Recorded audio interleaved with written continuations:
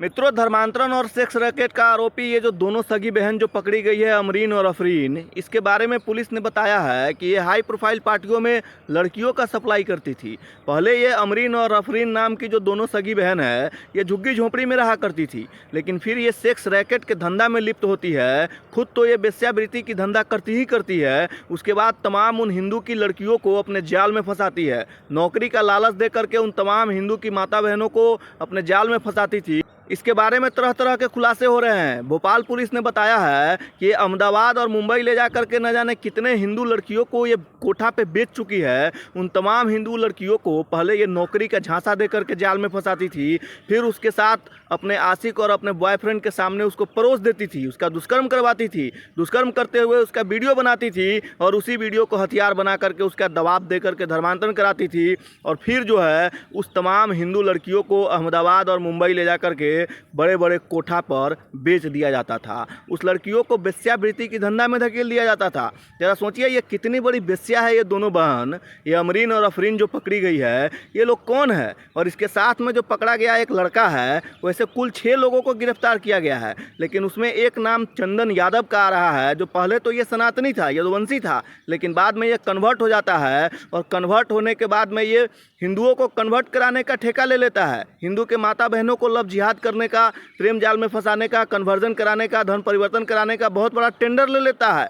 ये सब के सब कन्वर्टेड हिंदू है। जितने भी हमारे देश में हिंदू की माता बहनों को लव जिहाद का शिकार बनाता है या फिर हिंदुओं का धर्मांतरण करवाता है, वो कौन लोग हैं? वो सब के सब कन्वर्टेड लोग हैं, वो सब के सब कन्वर्टेड हिंदू है। आज के समय में जो जम्मू कश्मीर का जो फारूक अब्दुल्ला है, वो कौन है? वो कन्वर्टेड है। उसके पिता, उसके बाबा, उसके पूर्वज कभी हिंदू हुआ करते थे, कश्मीरी ब्राह्मण हुआ करता था, लेकिन आज नतीजा देख लीजिए कि उसके पूर्वज को जब कन्वर्ट कर दिया गया तो उसका बेटा पोता भारत विरोधी सोच रखता है, सनातन विरोधी सोच रखता है। हैदराबाद से आने वाला असुद्दीन ओवैसी कौन है? असुद्दीन ओवैसी का जो परदादा था, जिसको परबाबा कहा जाता है, वो एक ब्राह्मण था, लेकिन उसके परबाबा को ही, असुद्दीन ओवैसी के परबाबा को ही कन्वर्ट करवा दिया गया। जिसके बाद आज जो है असुद्दीन ओवैसी जैसा लोग, असुद्दीन ओवैसी जैसा नेता अपने आप को कट्टर बताता है और कन्वर्टेड हिंदू मानता है। जरा सोचिए मेरे भाई, कन्वर्जन कितना खतरनाक चीज़ है। मोहम्मद अली जिन्ना, जिसने पाकिस्तान को पैदा कर दिया, जो पाकिस्तान का निर्माता माना जाता है,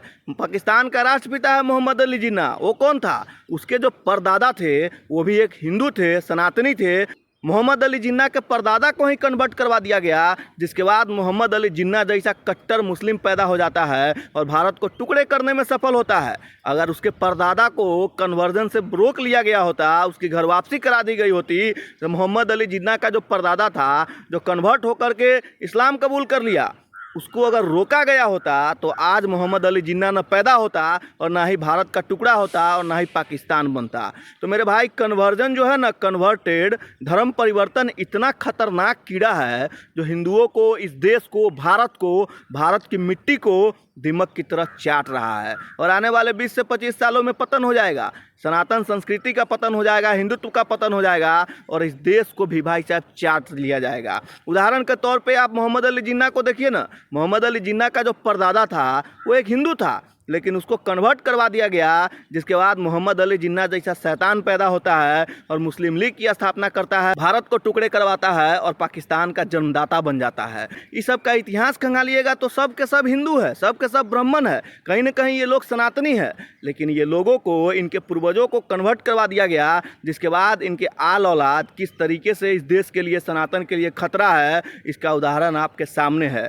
इसीलिए मैं कहता हूँ मेरे भाई, कन्वर्जन, कन्वर्टेड, ये जो धर्म परिवर्तन का जो खेल चल रहा है, ये न कि सिर्फ सनातन के लिए, पूरे देश के लिए इतना खतरनाक चीज़ है, दीमक की तरह पूरे देश को चाट रहा है, खोखला कर रहा है। और हमारी सरकार सो रही है, धर्मांतरण के लिए, लव जिहाद के लिए कोई ऐसा कठोर कानून ही नहीं बना रही है जिसके तहत इन सभी चीज़ों को रोका जा सके। आज ये जो दोनों मुस्लिम बहन जो पकड़ी गई है, अमरीन और अफरीन, ये कौन है? ये पहले इसके परदादा, दादा, परदादा, इसके पूर्वज हिंदू हुआ करता था, लेकिन इसके परदादा, दादा, इसके पूर्वजों को कन्वर्ट कर दिया गया, जिसके बाद ऐसी ऐसी मरांडी पैदा हुई और तमाम हिंदू के माता बहनों को नौकरी का लालच दे करके अपने जाल में फंसाने लगी और फिर उसको कोठे पे बेचने का काम शुरू कर दिया गया। ये दोनों बहन जो है पहले झुग्गी झोपड़ी में रहा करती थी, लेकिन वेश्यावृत्ति का धंधा चला करके अब ये महल में रहती है। लेकिन अब जो है इसको भोपाल पुलिस काल कोठली में ले गई है और वहीं पे इसका सारा धंधा चलेगा भैया।